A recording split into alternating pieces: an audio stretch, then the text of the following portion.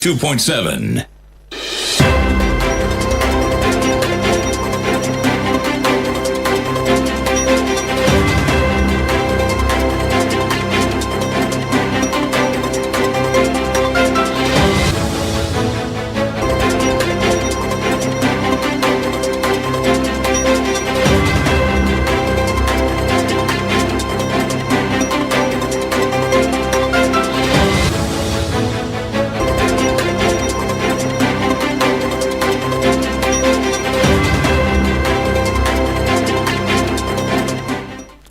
Hello, good evening and welcome to Hot Edition on 3FM 92.7. This is coming to you live from our studio here at Adesawe Kanda in Accra.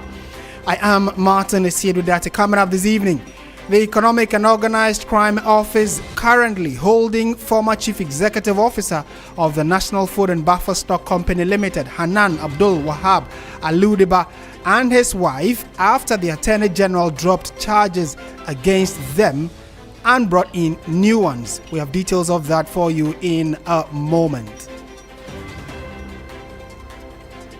It's very calm. It's very calm about the situation, and we know that no matter the number of times he is put before the court, whether 2 times, 3 times, or 10 times, he will be cleared 10 times. We have details of that for you in a moment. Also coming up, majority mounts spirited defense against the Bank of Ghana's losses, insisting that the central bank is solvent as government plans to recapitalize the institution. Negative equity in central banking is an accounting condition and does not imply insolvency. Central banks are not profit-making institutions. Plus, concerns emerge over practicality of the BECE questions, moving from the usual state and explain to story problems and narratives. We have details of all of these and more, plus business and sports at the end of the show. Do stay with us for the next 1 hour. Before that, let's bring you the news summaries with Noura Mohammed. Hello, Noura. Hello, Martin. First, in the news summaries, the state has withdrawn criminal charges against former National Food and Buffer Stock Company Limited Chief Executive Officer Hanan Abdul Wahab Aludiba and his co-accused in the ongoing 78 million Ghana cedi alleged loss case, with the Deputy Attorney General saying the decision follows the discovery of fresh evidence and is aimed at ensuring a fair trial. Deputy Attorney General Dr. Justice Sremsai announced the withdrawal in court on Tuesday, May 5, the adjourned date for the case, before later providing further explanation on social media.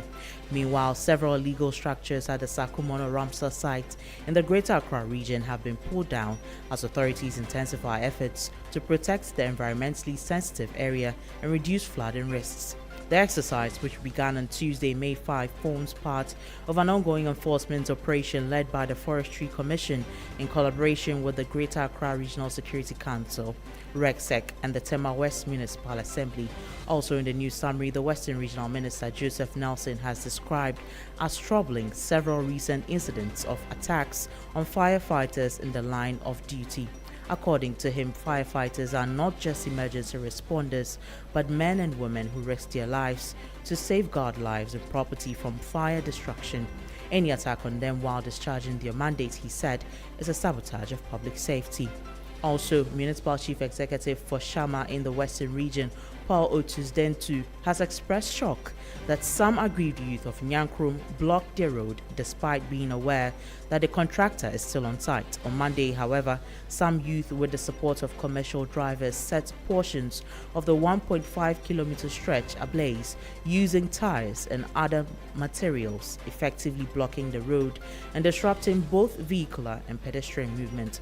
And finally, residents of Wejagbawe have staged a demonstration over the continued closure of a fully furnished children's specialist hospital, which they say has remained unused for 2 years after construction was completed. The protests focused on the Wejagbawe Children's Specialist Hospital, a 120-bed facility that residents believe could significantly improve access to pediatric health care if operationalized.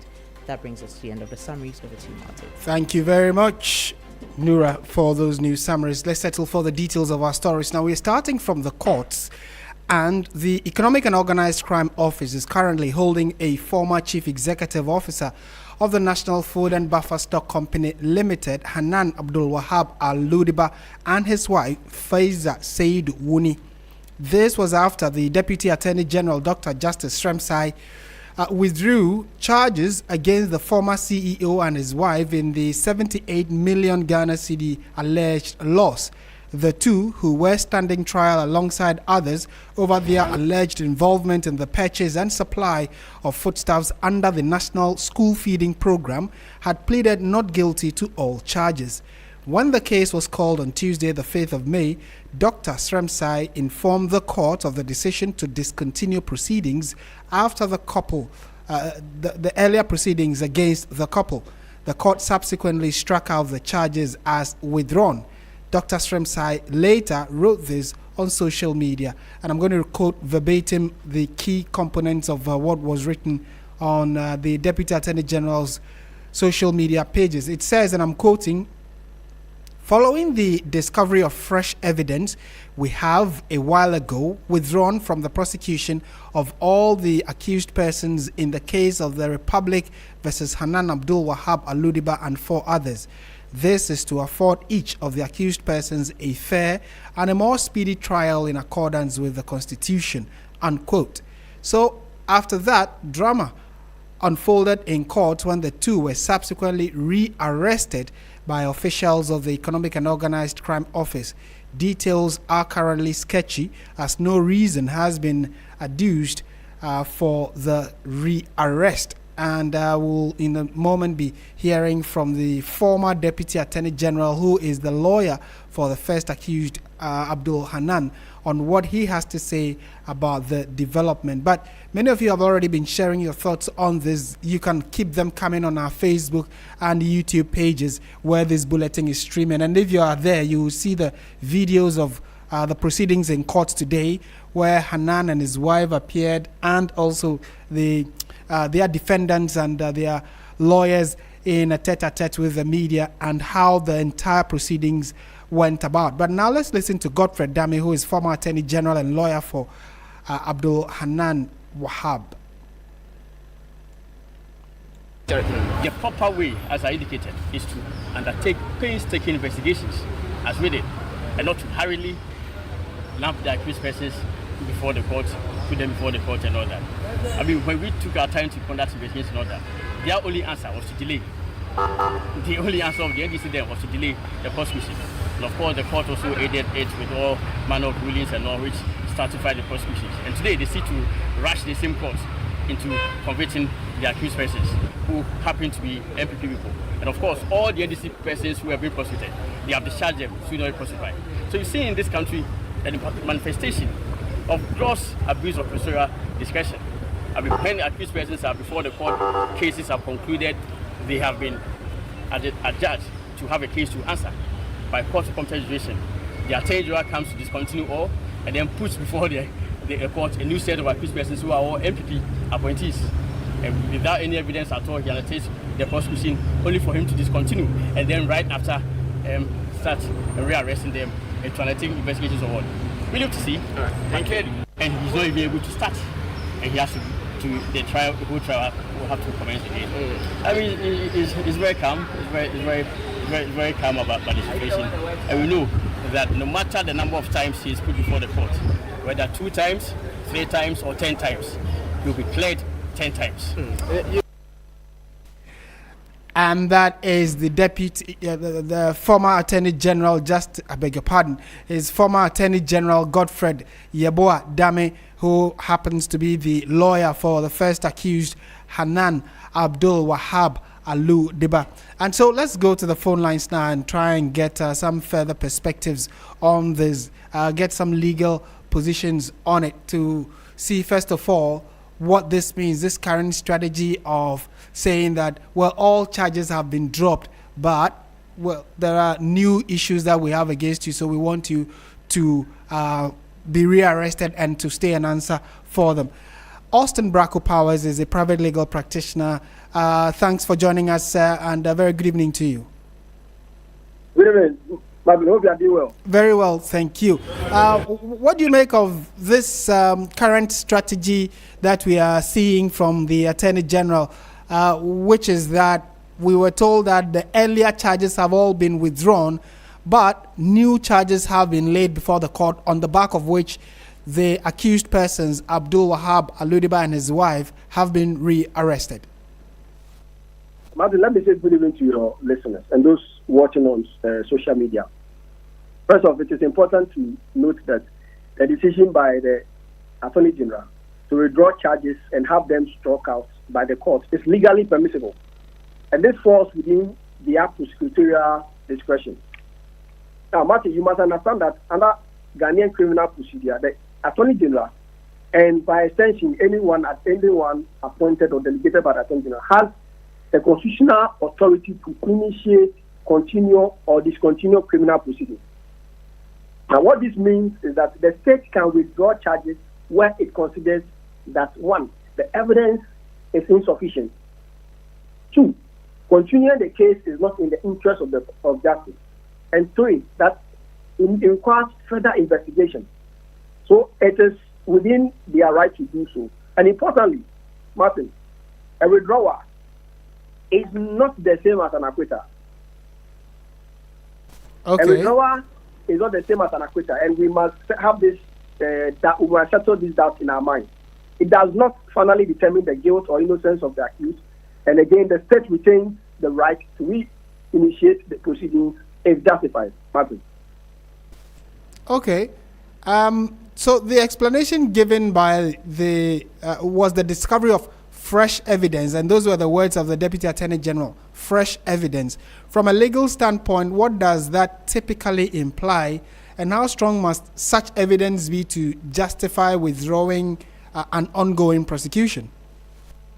Martin, the reference to the term fresh evidence is significant in criminal law. And from a legal standpoint, when we say fresh evidence, it means that, one, there are new material facts or information that or which content were not in the contemplation or were not within the control of the prosecution. Two, and that those materials were not available during the initiation or during the initial investigation. And that the same material which they have now discovered may affect the strength or direction of the case.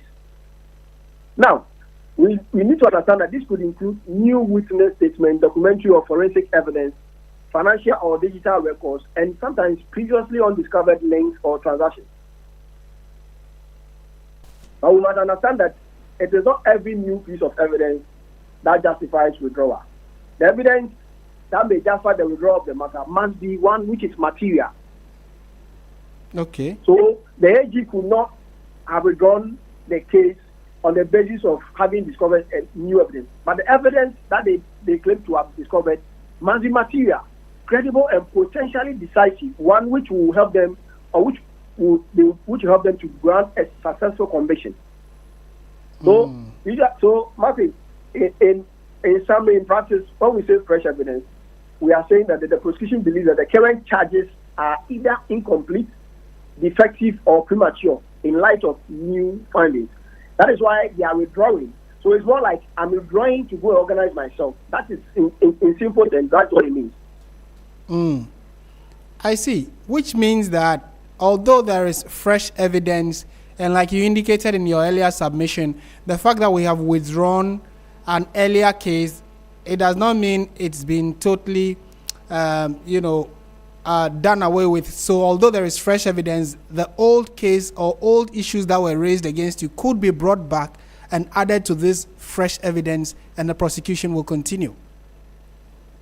Martin, that's correct. In fact, you couldn't have put it in a better light, because the thing is that withdrawal does not amount to one being absolved from any guilt. When we are withdrawing, the substance of the matter has not been interrogated. Don't forget, the only way an accused person can say that I'm innocent is where the court has made a determination that indeed they are innocent. But where the prosecution decides to withdraw the charges, they reserve the right to initiate the game. And this time around, they can either decide they will come back not with the same charges. They will come back with a compounded one because of the new evidence they claim they have discovered, which evidence will not help them to push a very formidable argument. So it is not to say that you are free when the prosecution says, I'm withdrawing. They will come for you again. Okay. That's how the law operates. But is it unusual, and especially the fact that there is an immediate rearrest? How does the individual have any laws to find their way out of such a situation where, for instance, you are in court, the accuser says that, or the prosecution says that these issues we've brought, we are actually parking them aside, we have withdrawn them.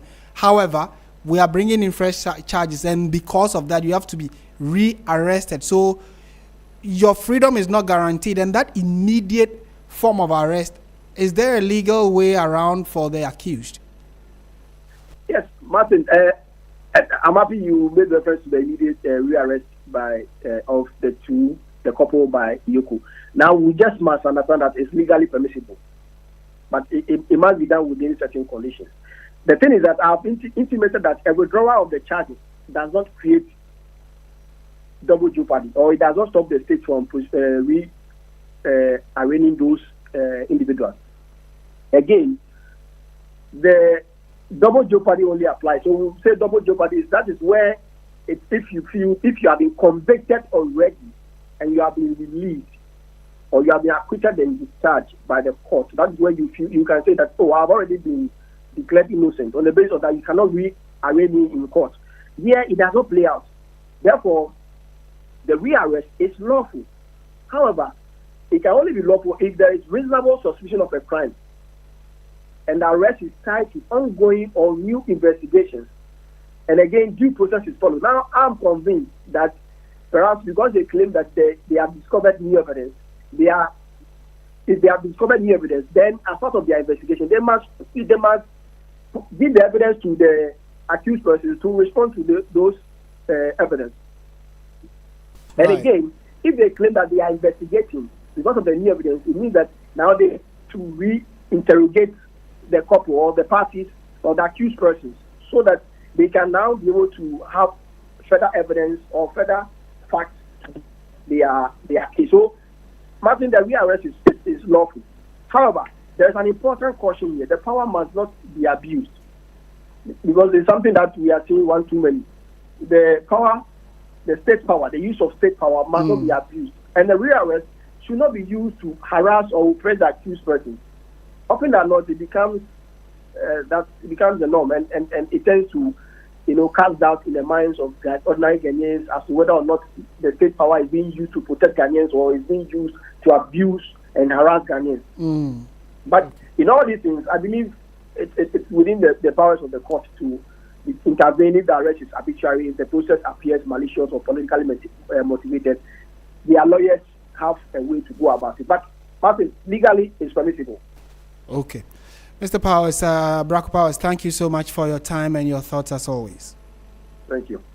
And he is a private legal practitioner, Austin Bracco Powers there. So what do you make of this particular issue, which was one of the big subjects at court today, that the former CEO of the Food and Buffer Stock Company, Abdul Hanan Wahab, and his wife had cases that were against them dropped, and then fresh charges leveled against them, which led to their rearrest by Iyoko. Let us know what you make of this development on our social media pages, where this bulletin is streaming on Facebook and on YouTube.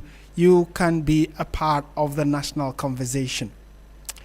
We're staying on issues about the courts, and a third prosecution witness in the 49 million Ghana cedi National Signals Bureau trial has told an Accra High Court that former Director General Kwabena Edubuahin and his wife signed checkbooks in advance, which were later used to withdraw funds from accounts linked to the accused persons.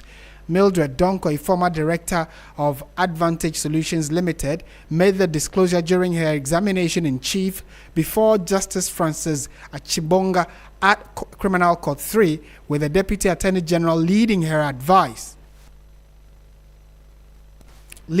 evidence, I should say. It goes on to say that 12 checkbooks were presented to her in court for identification. Donko identified the accounts as belonging to Advantage Solutions and other associated companies, all held with Universal Merchant Bank (UMB). She confirmed details of the account numbers and pointed to additional checkbooks linked to entities belonging to B&C Communications Bureau Limited and Vertex Solutions Limited. When asked whether the checkbooks formed part of the pre-signed instruments which she had earlier referenced, Donko consistently replied, "Yes, my lord," and named Edubuahin and his wife Angela J. Boateng as the signatories. So it tells you that this particular issue is also very fluid, and in court we'll get further details of that and let you know how it is playing out. This is 3FM 92.7. We are going on to a very major subject that the minority, the Bank of Ghana, and the majority have all had their say on. And the majority in Ghana's parliament say that the 2025 losses recorded by the Bank of Ghana must be understood in context, as the group has criticized the Akufo-Addo-led government for over 80 billion cedi losses posted between 2022 and 2024. Chairman of the Economy and Development Committee, Eric Affle, insists that deliberate policy interventions accounted for the situation, but has stressed that the central bank is solvent, adding that government plans to recapitalize the institution. The central bank recorded a loss of 15.63 billion Ghana cedis in 2025, up sharply from 9.49 billion cedis in 2024.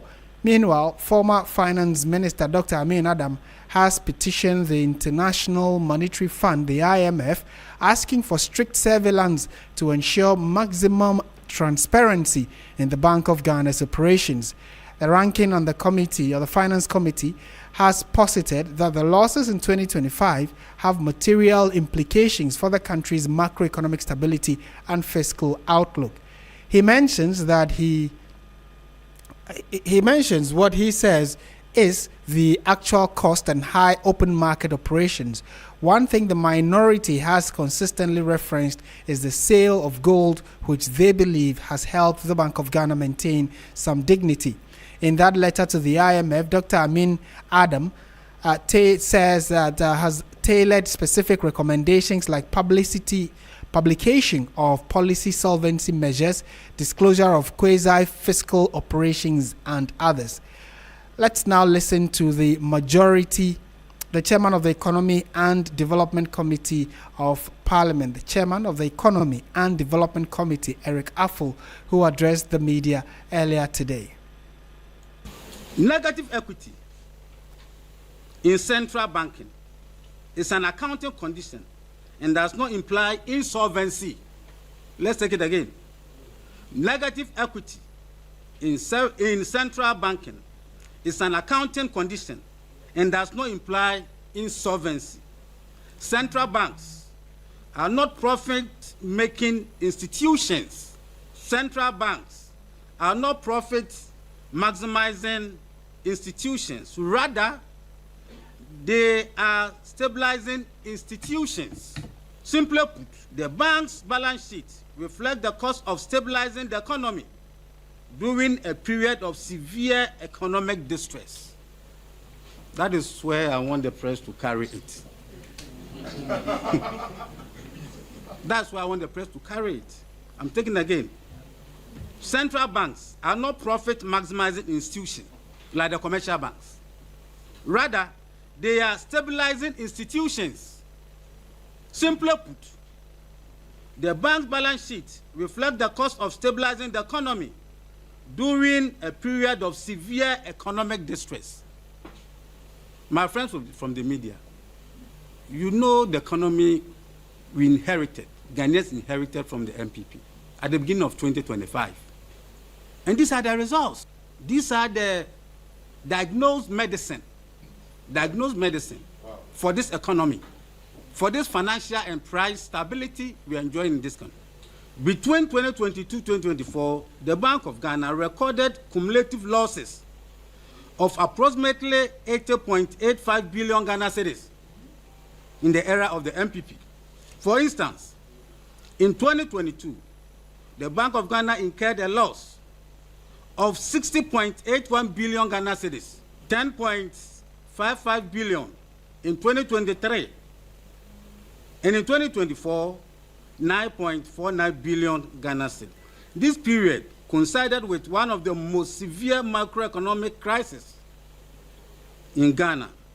Inflation, listen to me now, inflation surged at a peak of 54.13% in 2022, before declining to 23.84% by the end of 2024. The Ghana cedi experienced significant depreciation, reaching approximately 17 cedis to $1 by December 2024, representing a depreciation of about 19.7%. Gross national reserves stood at about $9.3 billion in 2024, covering 4 months of import cover of goods and services. At the same time, the bank's equity position weakened, recording negative 64.34 billion Ghana cedis in 2023, improved slightly to a negative 61 billion in 2024. Given this consideration, my friends, the 2025 financial outcome must be understood as the continuation of a deliberate and necessary policy intervention. Well, so you heard the voice of Eric Affle, who is the chairman of the Economy and Development Committee of Parliament, trying more or less to justify the losses that were made by the Bank of Ghana, and also putting in context what he believes is a misconstruction of what has happened with the operations of the Bank of Ghana and its whether losses or cost to operations. Let's get some financial understanding to all of this. A finance and tax analyst has joined us on phone, Nelson Kujo-Kwagbeji. A very good evening to you, sir. Thank you for your time. Yeah, thank you very much, and good evening, and thanks for having me. Right, help us, as lay Ghanaians. We know all of these monies belong to us more or less, but help us understand the context in which the minority, the majority, and the Bank of Ghana have been talking in the last few days. Of 60.81 billion Ghana cedis. Since this report was released, everybody has been commenting. I mean, those of us in industry, we've been commenting. People from academia have been commenting, and the political actors who have been giving comment on the financial statement. And I've always been saying that for us to really appreciate the financial statement, we need to look at it from purely a mandate point of view. The question is, what has been the mandate of the Bank of Ghana? The Bank of Ghana has a specific mandate, and this mandate has been codified in Section 3.1 of the Bank of Ghana Act, which says that the primary mandate or objective of the Bank of Ghana is to maintain price stability. This position has also been recently re-echoed by the President of the European Central Bank, Madame Christine Lagarde, who said during the World Economic Forum in Davos that profit-making is not the objective of central banks, but then central banks' primary responsibility is to maintain price stability. This presupposes that for us to effectively evaluate, assess the performance of the Bank of Ghana, we must not do that purely based on balance sheet, but rather from the mandate point of view. This is because a central bank or Bank of Ghana is not a profit-making entity. Bank of Ghana doesn't play the role of financial intermediation as it is played by the banks who mobilize deposit and give loans. And so if you want to assess the authority, you want to evaluate the authority of a central bank, it must be done purely from their mandate point of view, which is actually enshrined in law, and not from their balance sheet point of view. Now, in every economy, the various economic actors want the economy to be stable. You and I, as consumers, we want inflation to come down. Businesses want cost of capital to also come down. Investors want a very good, investing environment. And so the body that is mandated to make sure there is stability as far as the macro fundamentals are concerned is the Bank of Ghana. And so in the quest of Bank of Ghana to maintain this stability and achieve their primary mandate, they will certainly incur costs. For instance, as of 2024, inflation was at 23.8%. It came down to about 5.4%. And that eventually heightened consumer confidence. Because at the end of the day, once inflation is down, the latest salary that you and I earn, the purchasing power will be enhanced.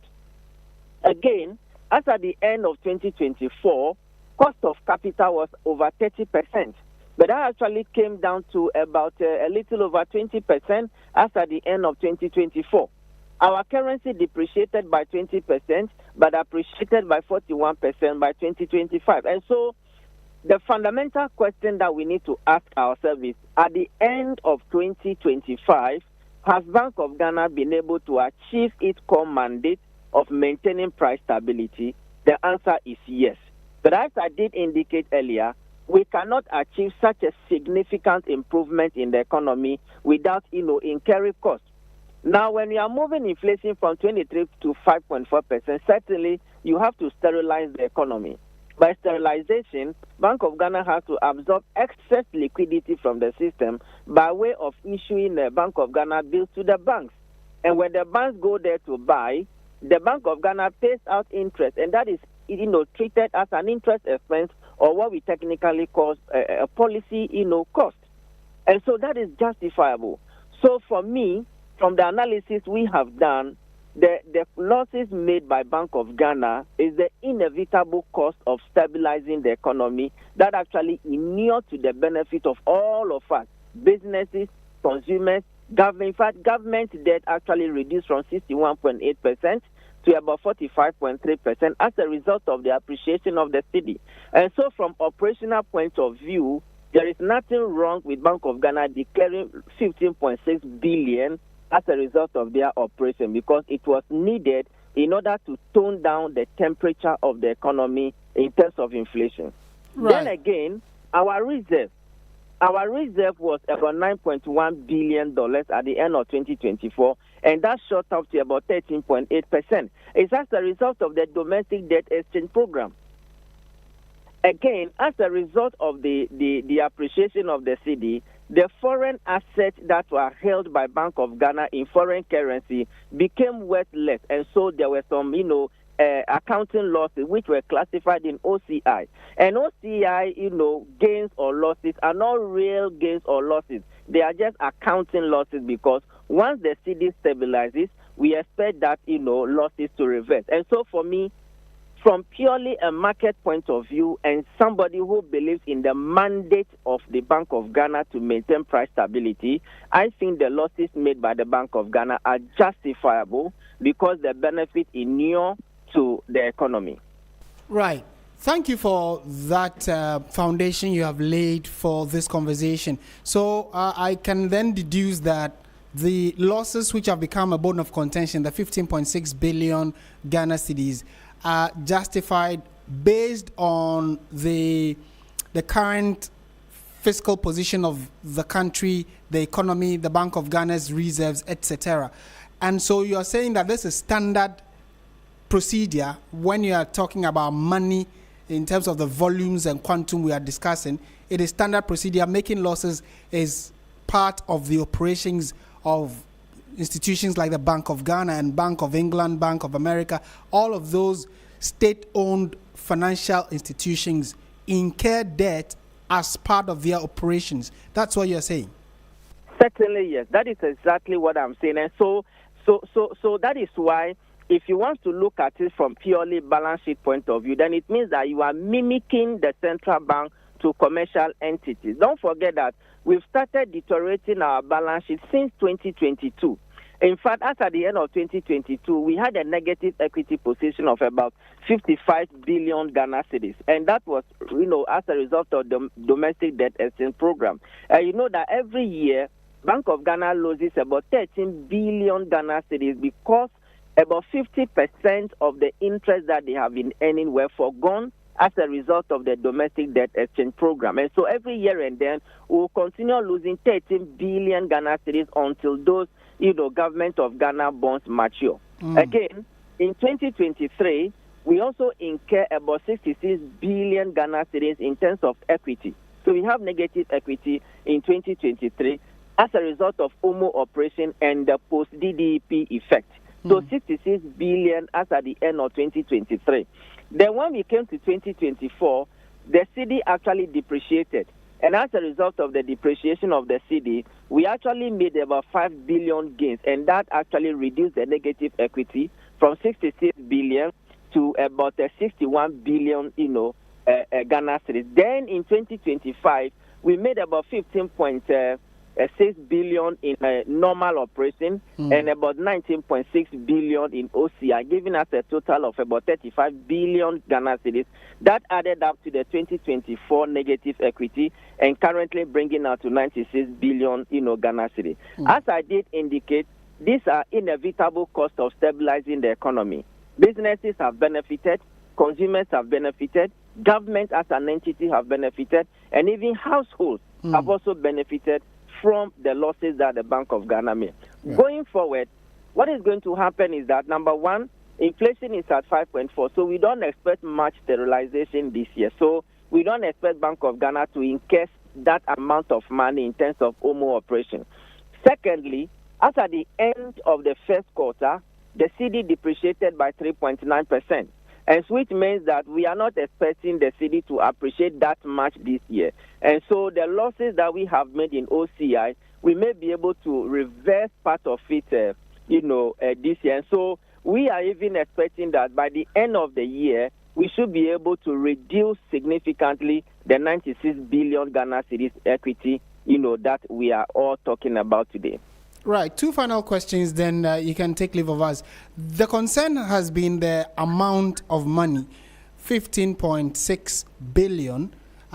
Many believe is too big an amount to just say is an operational cost.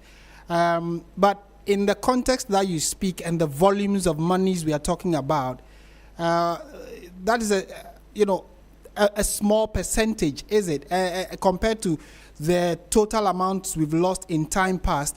Would you say, yes, 15.6 sounds big, but if you put it in context and you compare it to how much we have made and the recovery of the economy, etc., is a drop in the ocean? Is that a fair point to make?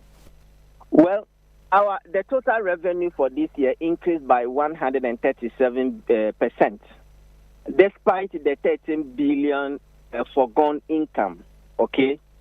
So if we were not to undergo that DDP operation, it means that the 13 billion would have been added.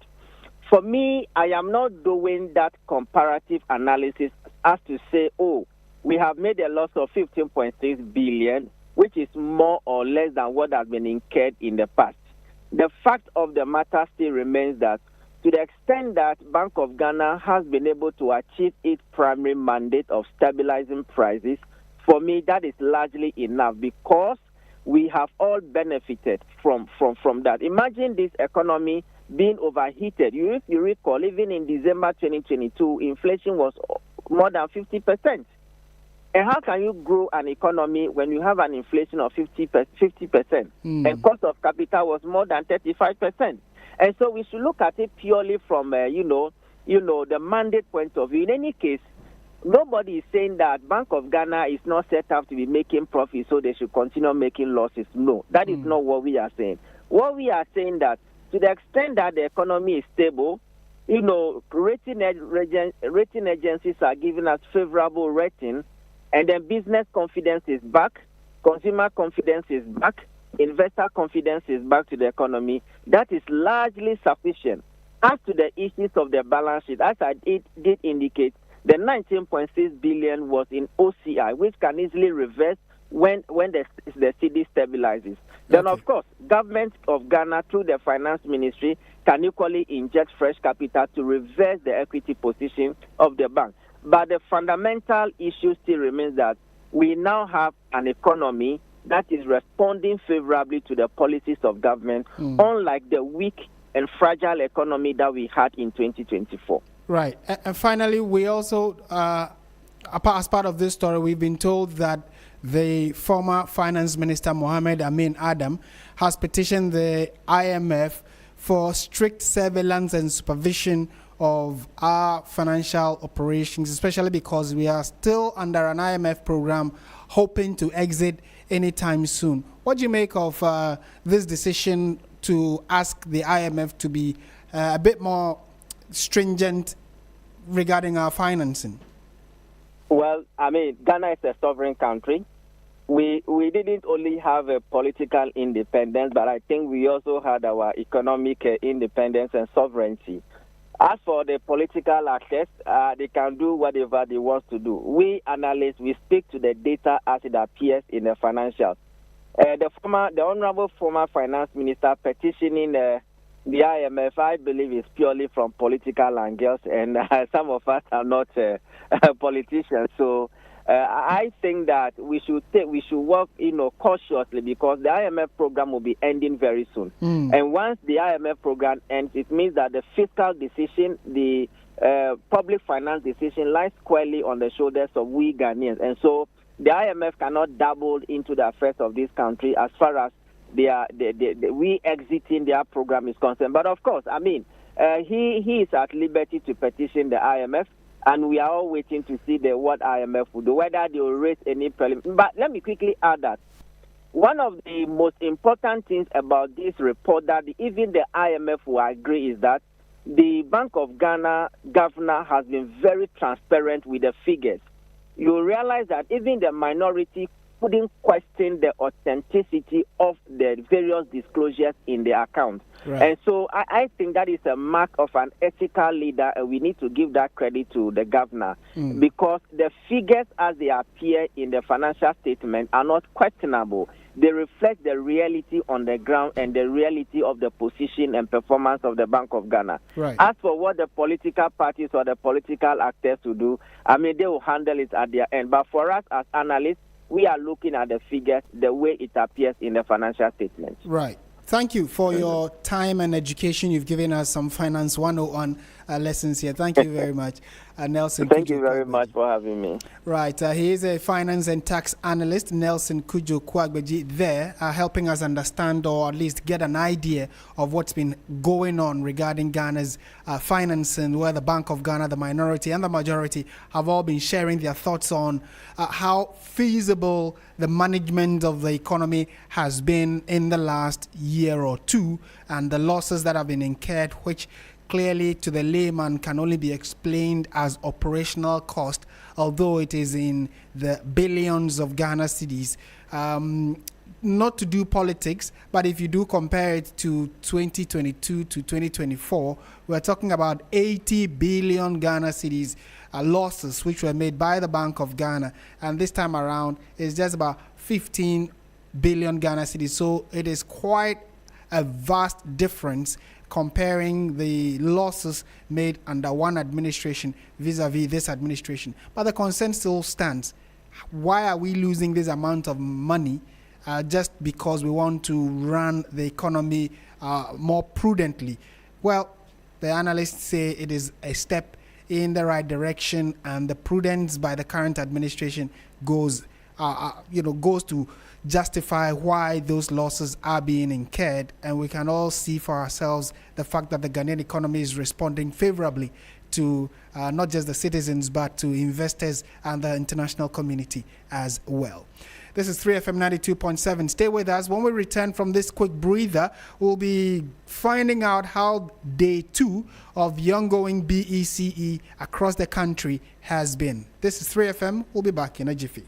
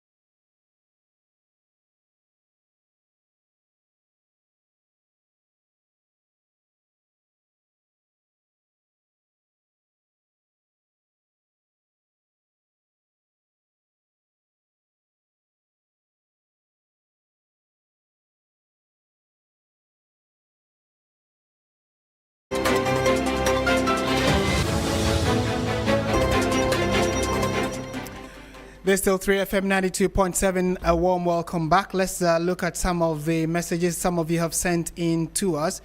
And we're starting from this one that is coming from Aaron Babako Kokomisa. You say, good evening. The government of Ghana must hold accountable any entity or official legally appointed to public office whose actions or negligence have resulted in state loss, particularly within the school feeding program or other national initiatives.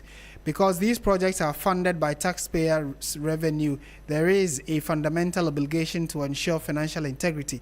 We must focus on strengthening our institutions and empowering anti-corruption bodies such as the Economic and Organized Crime Office, EOCO, to operate with the independence and authority required to protect the public purse. And this one coming in from Kwejo Fiagbe says, if the EOCO and the government of President John Mahama are not ready to jail the people who stole our monies, they should just allow them to go. Which kind of tricks, tactics are these? And I'm sure you are referencing the fact that the arrest, prosecution, withdrawal of the case, and then also releasing the individual and rearresting them is what you're referencing. But thank you for sending us these messages. We are grateful that you did so. Kwejo Fiagbe and then also Aaron Babako Kokomisa. This is 3FM 92.7. You're listening to Hot Edition. Let's take a quick trip around the country and find out how the BECE of Day 2 has been. Conversations are rife about the practicality of the questions of the ongoing BECE. The questions have moved from the usual state and explain to story problems and narratives. While some say this is good for practical education, others say looking at the tension under which the students write the exam, it might be a bit too much. The questions could border on marriage, law and obedience, culture, environmental degradation, and good manners and behavior. These questions were framed in narratives requiring the students to tease out the issues and answer them. That's interesting. John Kapi is the Director of Communications for WAEC. Mr. Kapi, good evening. Thank you for joining us on 3FM. Good evening and thanks for having me. Again, I'm sure the first question would be your general assessment of Day 2. Yesterday, it was quite successful across the country based on reports we got. You told us that a number of invigilators have also been arrested and prosecution would commence soon. How has today been? What kind of feedback have you received? Well, today has been smooth. We haven't received any adverse reports from any of the centers across the country. So we believe that everything has gone on smoothly so far. Right. The key issue why we called you has to do with the questions that we are told have been set for wards around the country. The concern largely is on the practical nature of the questions vis-a-vis the state and explain system that some of us wrote back in the years. But can you help us understand the rationale behind the change in the style of questions? Okay, so I think that about 4 years ago, we explained that we're moving away from the old curriculum to what we refer to as a competency-based curriculum. This one calls for a certain level of creativity on the part of the candidates. It also calls for the candidates to be able to apply the knowledge that they have in a practical situation. And then they also should be able to, solve problems. I mean, just like you said in your intro, that they are more like story kind of questions, but then the children should be able to understand this and put them in context and be able to write. So at the end of the day, you are testing the child's ability to apply whatever they've learned and not necessarily depend on the rote learning that used to happen previously. Right. So it should be my understanding that we are moving away from the chew, pour to now thinking thoroughly and answering in a way for us to understand that you know what you're writing about and you understood what you were taught and understand the question as well. Is that it?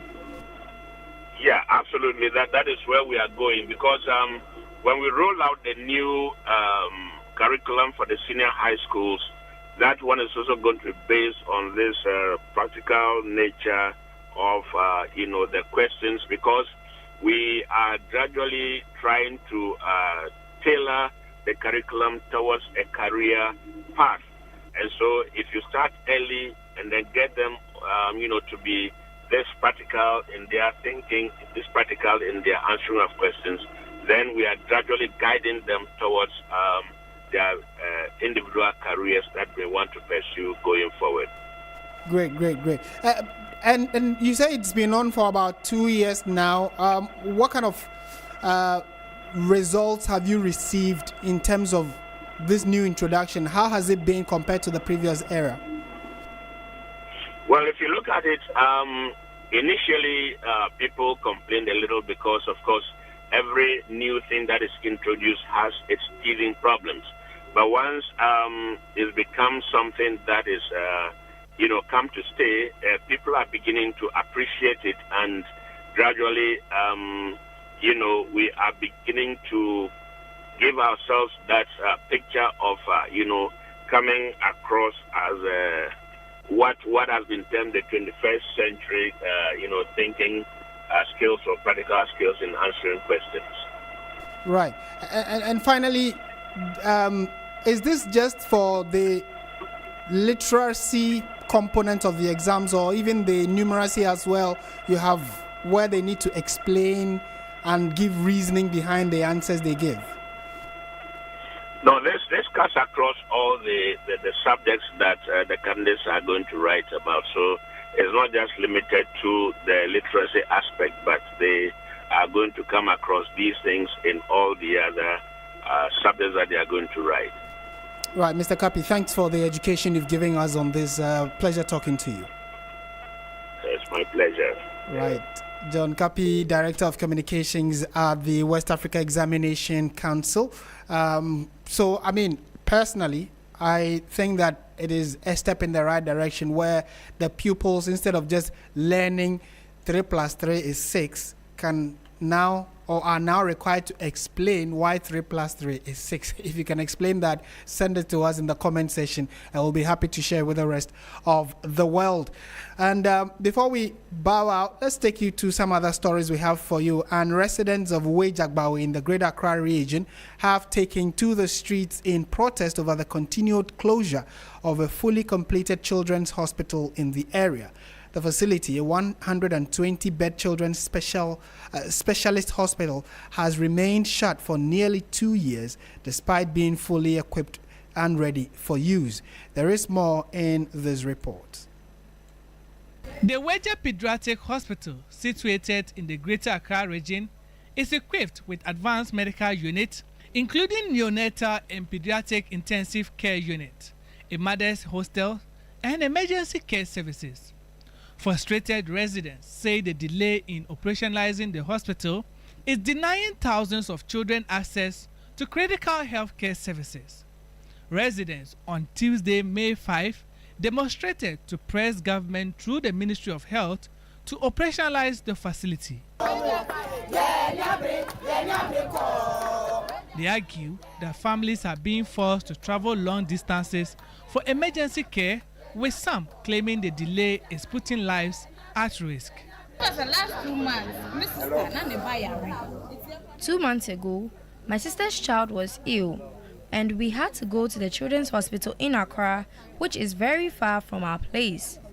There were many people there, and the child was very sick. We plead with government to help.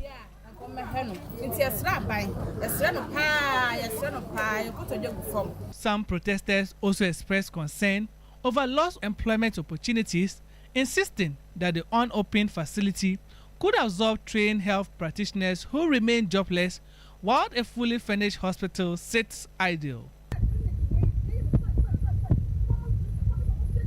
Everything we need is in the clinic, yet we have no idea why it is closed.